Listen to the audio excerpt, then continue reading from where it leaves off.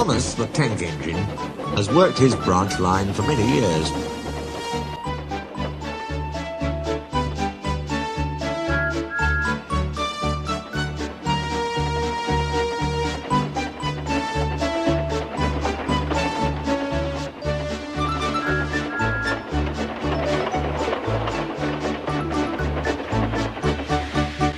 You know just where to stop, Thomas, laughed his driver. You could almost manage without me. Thomas had become conceited. He didn't realize his driver was joking. Driver says I don't need him now, he told the others. Don't be so daft, snorted Percy. I'd never go without my driver, said Toby earnestly. I'd be frightened.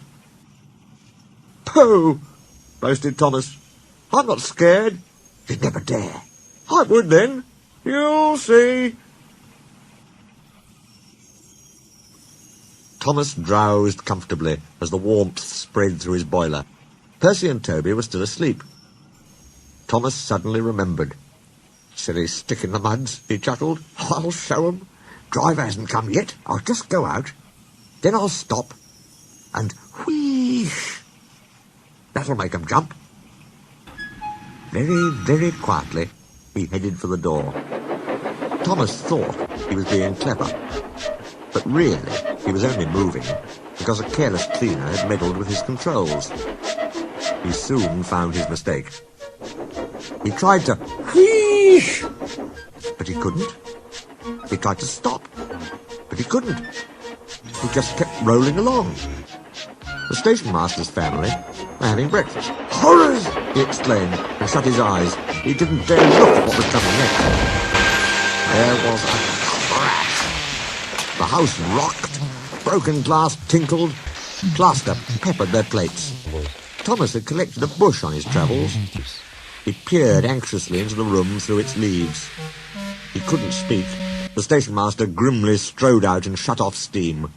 You miserable engine, she scolded. Just look what you've done to our breakfast. Now I shall have to cook some more. She banged the door. More plaster fell. This time it fell on Thomas. Thomas felt depressed. The plaster was tickly. He wanted to sneeze, but he didn't dare in case the house fell on him. At last, workmen propped up the house with strong poles. They laid rails through the garden, and Donald and Douglas, puffing hard, managed to haul Thomas back to the yard. Bush and a broken window frame festooned his front. The twins laughed and left him. He was in disgrace. You are a very naughty engine. I know, sir. Oh, I'm sorry, sir. Thomas's voice was muffled behind his bush. You must go to the works and have your front end mended. It'll be a long job. Meanwhile, a diesel rail car will do your work. Diesel, sir, Thomas spluttered. Yes, Thomas. Diesels always stay in their sheds till they are wanted. Diesels never gallivant after breakfast in station masters' houses. The fat controller turned on his heel and sternly walked away.